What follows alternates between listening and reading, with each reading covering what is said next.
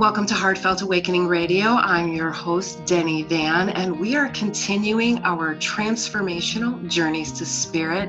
And today our guest is Brandon Wainwright. And I want to thank you so much, Brandon, for being our guest today. And your story really intrigues me. I can't wait to get started. Yeah, so tell me about Tyson. So thanks for having me, Jenny. I really appreciate it. So Tyson was our 8-pound Chihuahua Dachshund mix. He came into our lives in 2005, my wife's and I. We were at the time, we were just about to be engaged. And he was unexpected. A friend of hers couldn't keep him anymore and knew that she had a real fondness for him. So offered him to her and she took her up on it. I was less than excited about it because at the time we were working through some relationship troubles and the last thing I wanted was a dog to distract from what we were dealing with. And the other thing was, although I liked little dogs, my experience with them was that they were little ankle biters, especially Chihuahuas. And I had always more saw myself with a bigger dog, so I wasn't all that excited, but man, as soon as he came into our lives, he just captured my heart. And he was a tough egg to crack for me. He made me earn it. Unlike, my wife, he was like a little prince with her. But for me, it took a couple months for him to really, for me to gain his trust, which was unusual because I'm a dog person. And most of the time dogs really took to me quickly.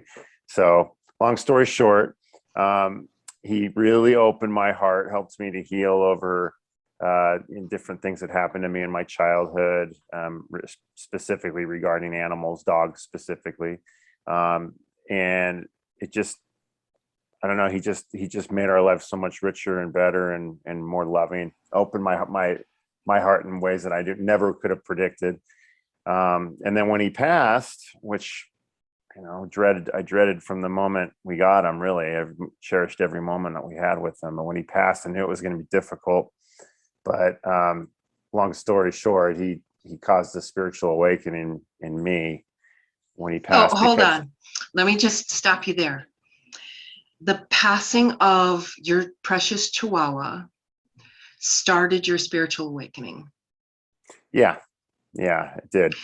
You mention that, you struggled with organized religion. So organized religion probably created some kind of stigma when it comes to spirit. Can you talk a little bit about that? It wasn't so much that it was stigma because it wasn't that I was, wasn't raised in it. I didn't have any, like family trauma with regards to organized religion. Although I did end up losing a girl that I was engaged to earlier that I was in love with, and we couldn't get married because I just couldn't find truth in her church. It was more about just not believing what was taught in a bunch of different religions that I tried on briefly, but wanting to believe in God, wanting to have that paradigm, wanting to have a connection to those spiritual communities, but not being able to believe. And for me, that made it a non-starter ultimately because I wasn't gonna pretend, So up until then, I had some exposure to metaphysics just from my dad and my stepmom,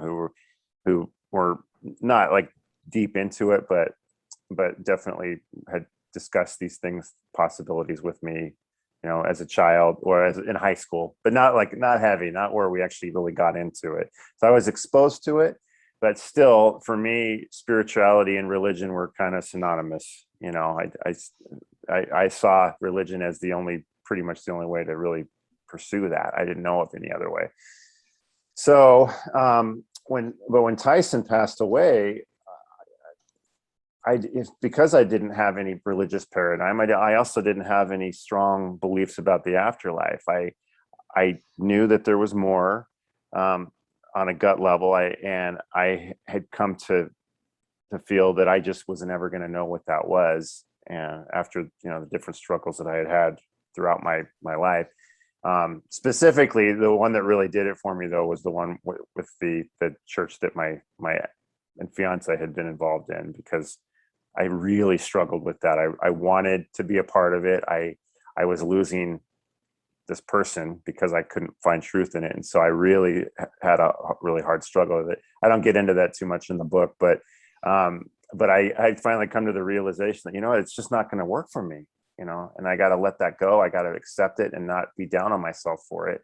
And I was okay with that. I was like, okay, I know there's more. I'm not going to know what that is.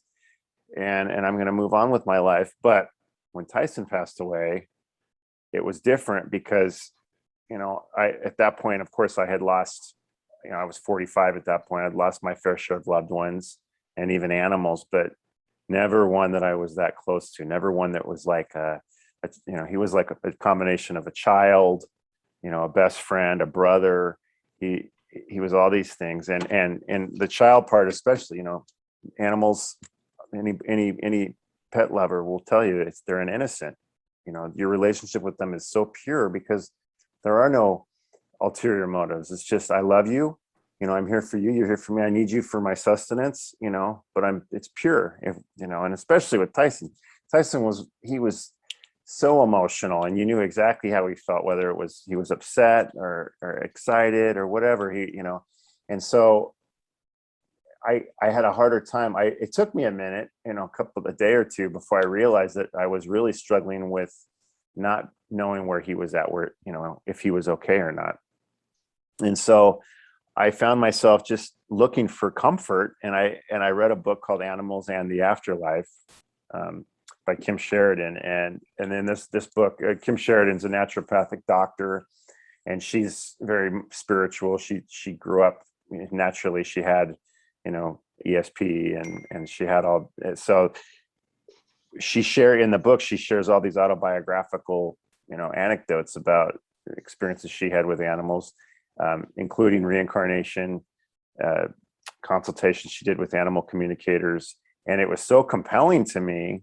I wasn't looking for that necessarily. I was just looking for comfort, just some kind words from a kind author that shed, that suggested the idea that my boy was okay and that he lived on. That was all I was looking for. But the stories were so compelling that I found myself opening up to the idea. And I thought, well, if this is real, and it's either she's a liar, or she's nuts, or this is real. And she didn't strike me as a liar, and she really didn't strike me as being crazy, and so I felt it was worth it to explore. And mind you, I should preface that saying I'm a police officer, and I'm also naturally very skeptical of all this stuff. So it wasn't like I was doing this willy-nilly, just looking for whatever I could latch onto. I was doing it as an exploration, but it was partially an exploration to find some peace, but it was also genuinely, I was curious, and so I ended up doing an animal communication session. Actually, I did 3. The first 2, the information was pretty general, and it didn't convince me at all. And I didn't think it was illegitimate necessarily, but I wasn't convinced. But the 3rd one blew my mind. Like it was so specific, and everything from my relationship with him, some of his physical ailments, there's the subtle differences between my relationship with him and my wife's relationship, things that you couldn't you couldn't make up or just intuit from, and mind you, this is over the telephone too. The person wasn't seen. It wasn't via Zoom. It was just a telephone call. The person was in Iowa. I was in California. So it wasn't like a body language reading thing. And I was so compelled that I was like, man, this is something. And, I don't want to give away the whole story, but it launched me into more and more exploration, where I had many more experiences. And then because of it, I started doing my own pursuits. I started with meditation, and then I got into Reiki, and, became a Reiki master. And I'm still just actively growing in spirit, and it's changed my life huge. I mean, my whole life has shifted drastically over the last 3 years. And so the experience, the book Tyson's Gift is, if you're looking for a feel-good story about a dog, it's that, because it's, you know, it's kind of written, I think you'd probably agree, it's got a similar tone to Marley and Me. It's our story, you know. And he was a character. You know, he had a huge personality. He wasn't your typical dog necessarily. He wanted what he wanted when he wanted it, and but his richness was of love, and everything else was just huge. And I think that part of the story will be very entertaining and heartwarming for people. But you know, this dog Tyson, you know, the reason the title of the book is Tyson's Gift is his whole life and his afterlife. It was a gift for me and my family, and I'm trying to share that with the world, so other people can maybe get some of the same pieces I have, or at least open them up to the possibilities of these things so they can do their own exploration. I think that's probably more realistic. You know, these are things you have to experience for yourself. Indeed. Yes, you must experience them. And, you know, it's just fascinating how a fur baby, you know, suddenly just takes your heart and opens your eyes to things that, you know, you've had other pets, you've had other experiences, but something about this guy. What was it about this guy? Well, I think, well, one of the things that was said through Sandy, one of the first things that she said to me was that he had to be a tough egg to crack, because in order for me to open my heart. And like I said, it took a couple months of him of trying to earn his trust and getting him to lighten up around me. I mean, he was like a holy terror when I first got him. Just wanted nothing to do with me. Just, you know, not vicious, but just, God, what? Oh, geez. We have a rescue Chihuahua, so we know that they're a personality unto themselves. Yeah, they are, sure. But they're not all like that, because I've had other ones too that were just total softies and just love bugs. And then, you know, they are more high strung for sure. But he, and like I said, my wife, you know, immediately they were just bonded. But he had a thing about men, and but I sensed that in him, and I felt a connection, because I saw, you know, he had things that he needed to heal, but he had a you know, a richness of heart and a lot of love to offer, and I had the same thing. And I didn't consciously think this at the time, but I on a intuitive level, I think that's what made me feel so drawn to him, and just, I loved him and respected him so much from the beginning, that, you know, and so we slowly, we gave and took from each other, and we were, you know, just very, very close. But you know, I think, I know, you know, just through the explorations that I've done, I know for one thing that he and I, this isn't our first rodeo together. You know, we have been in other lives together. So we are soulmates. So there's that recognition. I think that was part of it. But I think also, you know, he was sent.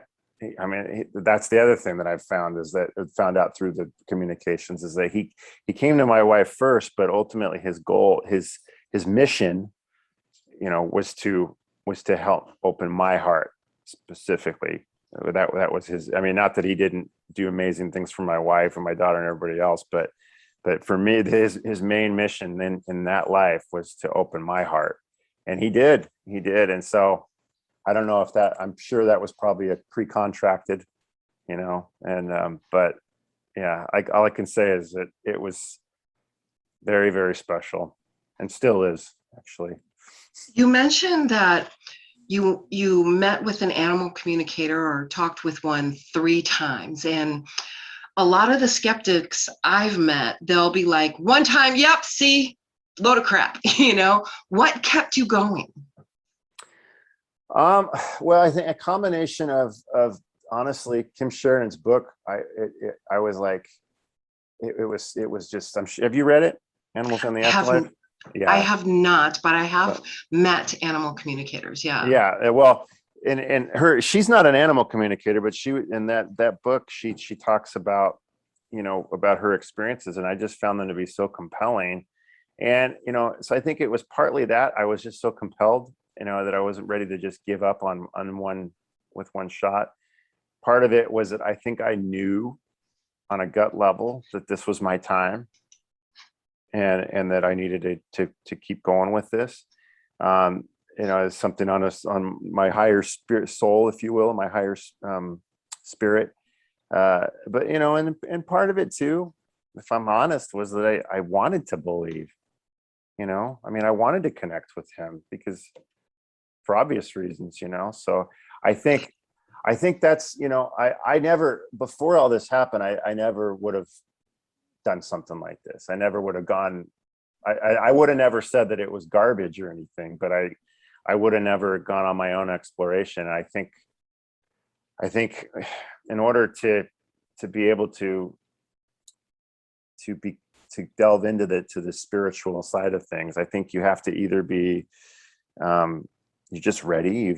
You've just had enough experiences just that cumulatively that just kind of bring you to it, and you're different people that come into your life at the right time and show you things, or it's an experience like what I had where the pain and the love was so intense that it motivated me to go ahead and kind of take a leap of faith, because it wasn't, it sounds like, I could see some people saying, well, you were just wanting to believe, and it was, it was just an opiate for you for the time being. Well, no, this wasn't an easy process. It was, in fact, after that first session with Sandy Casca, that was the third communicator. It was a struggle for me to assimilate it, because for one, I was fighting that skepticism in myself, because the skeptic was, oh, come on, kind of the same thing that probably some certain members of the public would say about all this. And so, but the other part of me was believing it and having to assimilate that into my belief system, and living by a different paradigm at that point. And it sounds so easy, but it's a process, It really definitely is a process, going from being a police officer, your everyday life, to this being coming into your experience, totally changing your whole perspective on everything, to the point of not just being a police officer, but a Reiki master, right? So there had to be something there to make you want to dive into this. You mentioned before that you touched a little bit on metaphysics. Do you want to explain about that and share what you touched on metaphysics to open you up to this? Well, my dad's wife, my stepmom Carla, she studied quite a bit, but that was before she met, or not, she knew my dad from before, but before they got together, and I was 14 years old when they got together. So, this was a long time ago. But they, so occasionally there would be discussions about, what consciousness is, and, like guides and teachers and things like that. But it was all stuff that, it went about as far for me as religion, except that it was, as far as believing, because with metaphysics, it's not something that anybody's cramming down your throat. It's concepts. Either you take them or you leave them. No one's forcing you to. You can still study, and you can still be a part of it, even without taking on every single thing. Whereas with religion, it's, if you're gonna do it with any integrity, you gotta believe or go to hell. Yeah, yeah, or something along those lines. So I never. It was something that I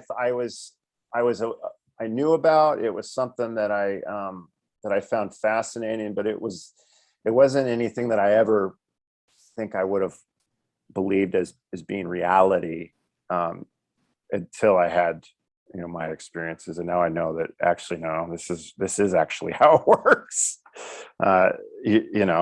So it at least, the concepts were there, And so it wasn't completely out there. And, I think, prayer and opening yourself up to it, to the bigger universe, just that whole concept, even if you're not fully buying into it, just doing it a little bit, I think that can help. And I think, and it helped me. The other thing that I did that I think really helped, that I never would have realized, is back long before I was a policeman.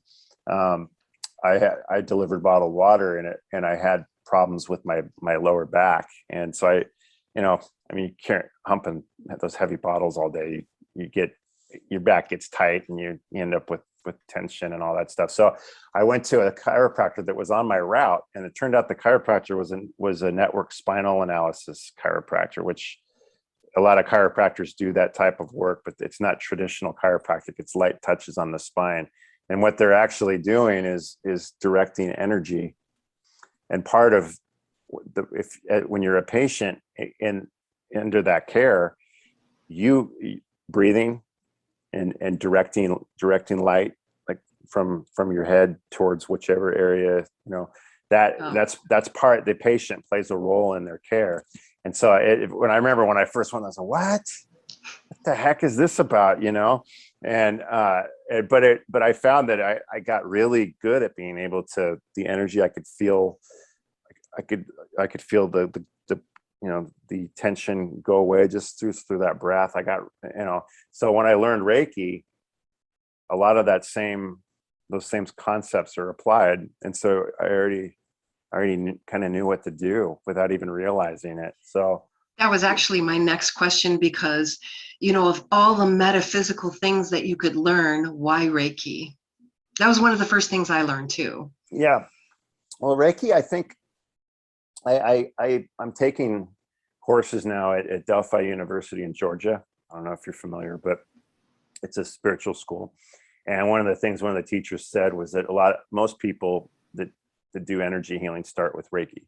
And I think the reason why it's so perfect for anybody that's trying to open up spiritually, and it's because it doesn't require the practitioner to do anything, which sounds easier than it actually is.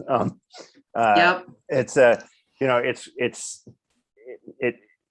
the energy that's healing the patient is not coming from the practitioner.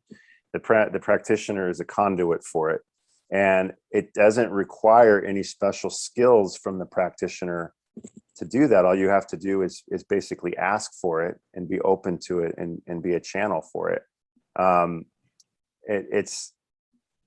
Which is why, and I will say that is that I highly recommend anybody that's interested in this stuff to seek out a Reiki 1 class and give it a try, because it's only, my class was longer than most Reiki ones. It was a full weekend, but that's it. And then you can go and start doing this stuff, and you practice. It takes practice, but the hardest thing about it is getting your ego out of the way and realizing that, no, this isn't coming from you. This doesn't require you to do anything special. It just requires you to have the intention, the true humble intention of wanting to help the person that you're working on. That's it. And that's harder than it sounds, because most people, oh, I'm going to heal this person. It's hard not to make it about yourself. And to be honest, if I'm completely honest, I still occasionally find myself like, seriously, Brandon, get out of the way. But the reason I went into it was because a friend of mine, who was a cat lover, who had just recently taken the Reiki 1 class right around the time when I really started to open up to these concepts, and I was looking for a way to delve in. And I wasn't really having a whole lot of success with meditation, at least not discernible success, so I was looking for something that I could do that would give me a sense of tangibility with the energy and the concepts. And so I went and took the class that she suggested, and I really took to it. It was very quickly. And now, now that I've done I'm still doing Reiki, and I still intend to take more Reiki classes, but now I'm working towards metaphysical healer courses that are more, it's not necessarily just Reiki, it's other stuff as well. But Reiki is a great place to start because it doesn't, you don't even have to fully buy into it, actually. Nope, You know, you as the patient or the practitioner, you don't even have to buy into it. You just have to have the intent to help the person, and the Reiki will do the rest, and it'll prove itself to you. That's what it did for me. And so, you know, I mean, I started working on my wife immediately when I got the first level, and it had remarkable results with her. And then when I got the second level, where you can actually send it to people through time and space, that the results I got there were even more remarkable, you know. And it just kind of over time, it wears down your skepticism, and it's a wonderful thing. I highly recommend Reiki to anybody, because all you're doing is spreading goodness around the world, you know, and it'll open you up in ways that you don't realize until you're in it. I couldn't agree more. I mean, in you know, with Tyson going through his brain tumor, you know, and having to be there for him, and then suddenly saying, open yourself up, for somebody who might be maybe going through something similar, what would you like to tell them? I do want to share something. I have 3 dogs, and one of my dogs, he's going to be 14, and he's going through this, and I could feel this.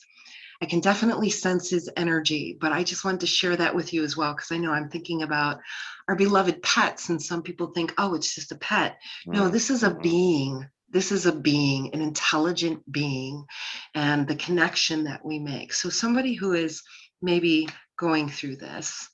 Yeah. Well, first off, you hit it on the nose, is that you know, don't downplay it. It's very significant. Your connection with them, with their being, with their soul, is real, and it's timeless, and it's rich and pure, and in ways that are, it's hard for us to experience that same kind of pure connection with other humans, because there's so much other stuff, you know, polluting it, if you will, you know, trust issues, ulterior motives, whatever. You know, with an animal, you can be your pure heart, and they're their pure heart with you. So definitely realize that what you're feeling is real, and you shouldn't be embarrassed about it. You shouldn't downplay it. You should allow yourself to be fully in it, with the love that you feel for them, and, you know, and also the pain that you experience, because if you experience it fully and you allow yourself to go through it, you'll come out of it a better person at the other end. So I would say that I would say, you know, don't just go out and replace your pet, you know, right away, because you know, I liken it to, you know, going beyond on the rebound. You know, you go out and you start dating, and it's like the person could never live up to the expectations, because the depth of relationship that you had with the previous dog or person, you have time, you have all that history.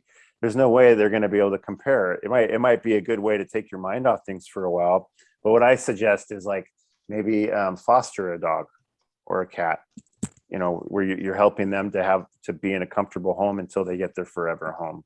Maybe go down and do some volunteering at the local shelter, where you can spend time with dogs and cats, and, you know, and still give to them, but not necessarily put yourself in a position to fail with the new dog, and for or cat, and for them to fail. You know, they've got a big stake here too. But the other thing is, I want everybody to understand that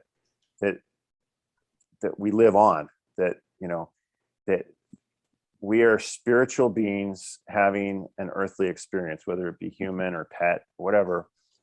We're not the other way around. Okay. So when we pass on, our body is dying, but our spirit is still alive, and therefore their spirit is still alive.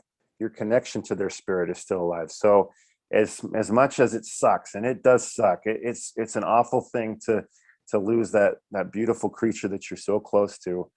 The pain of of missing them and not having them, waiting for you when you come home, and just that joy that you got out of that cathartic joy that you got from being around them every day. The loss of that is irreplaceable. You can't downplay that. But the fact is, you're still connected to them, and they still live on. And if you can meditate on that and focus on that, and really, and I think you'll find that if the more you think about it, the more you realize that no, that is true. And I think you can even tune into it, and you can sense them. You can get messages from them on your own. You can go to a communicator that can help you communicate with them. But knowing that they're okay, and knowing that eventually you will see them again, does a lot to help a person get through it. And the other thing is, realize that, the animals, they're here for a mission just like we are. They have a shorter lifespan than we do, but that's not a bad thing. For them, this is what they're here for. This is their lifespan. They've completed their mission. They've had a great life with you, which undoubtedly they did, because otherwise you wouldn't be feeling this kind of connection to them. And they're not, they might miss you too, but actually the other thing in reality is that they can still be with you more consciously than, they can see you, whereas you can't see them. But they're okay. They're fine. They're fine. You're the one that's struggling, and they want you to be happy too. They don't want you to be struggling and feeling like crap about losing them. They want you to understand that they're still with you. And so those are things that I encourage people to focus on. And the other thing is, I really encourage people to, and I hope they'll read the book, Tyson's Gift. And I, it's not gonna convince you. It can't. It can compel. The stories in there can hopefully be compelling and entertaining, and hopefully inspire you to do your own exploration, so you can find out these truths for yourself. But it's a really worthwhile adventure to go on, because it changes your whole perspective on life and spirit and consciousness and what it means to be human. It's a worthwhile adventure to go on. So I hope people will read it. Absolutely. And it's available on Amazon. You can get it on Amazon.com. The easiest way to get it probably is to go to tysonsgift.com, TYSONSGIFT.com. There's a button there at the top of the first page where you can click on it, and it'll take you to the page on Amazon. You can also read a little bit more about Tyson and me, and there's some pictures there. It's available on barnesandnoble.com. And if you Google the title, Tyson's Gift, there's other bookstores that it's available at too. But the easiest way, Tyson's Gift for sure. We will definitely have that in the show notes. And I love what you said about if somebody's going through and having just lost a loved dear pet, avoid rebounding. I love that. Mm-hmm. Don't just go out and get another pet. Instead, foster a pet. That's just a huge need, at least in our area right now. Mm-hmm. And then you said acknowledge the pain. This is really important, to not push it or suppress it, not want to look at it, because yes, it does hurt. So acknowledge your pain and let yourself go through the grieving process. So those are ways to help you get through the loss of a pet, because it's a grieving process. You lost someone mm-hmm. near and dear to you. You're going to go through that grieving process. Yeah. And the other thing I would add to that too is as hard as it is, because I've heard so many people, either them or people that they know that had a beloved pet that they hurt so much over when they passed, that they never got another animal after that. And the thing is, I relate to that. I can understand, but at the same time, animals, there's a lot, like you said, there's a lot of animals in need of homes. And just go down to any shelter and you'll see it. any rescue. There's always animals in need of homes. You're giving to them an amazing gift, and they, again, if you can shift your perspective, as hard as it is, because I'm not saying it's any easier for me, but as hard as it is, look at it not as a tragedy, because it's not. It isn't really. It's not a tragedy in the same sense of, like you lose somebody unexpectedly to a car accident or something like that. It's the nature of things. It's they have a shorter lifespan, but that doesn't mean it's bad. It doesn't mean that them dying isn't welcome for them. When they get to that point, they're ready. And they're more conscious of the spirit world than we are. They haven't been taught to push it off. So try to focus more on the fact that you're giving this beautiful creature a wonderful life, as opposed to the end, because there's animals out there that are going to still be alive. They're still going to live in, unfortunately, in a lot of cases, subpar lives, because people don't step up and take them in. When you have an opportunity to do something wonderful for a creature, and that part of it comes with it, but there's so much good beauty that you get to experience in the process, as do they. And so try to focus on that. Awesome. Awesome. Thank you so much, Brandon, for being with us today. And we are definitely going to be leaving that link, tysonsgift.com. We're going to be leaving that link in the show notes. And also we have other things I think you're good. Your social media on Facebook.com/Tyson's Gift. You can definitely check out your Facebook page. And thank you so much for being on Heartfelt Awakening Radio. And do be sure to like, follow, and let us know what you're loving, and let us know what you would love more of. And in the meantime, keep being amazing.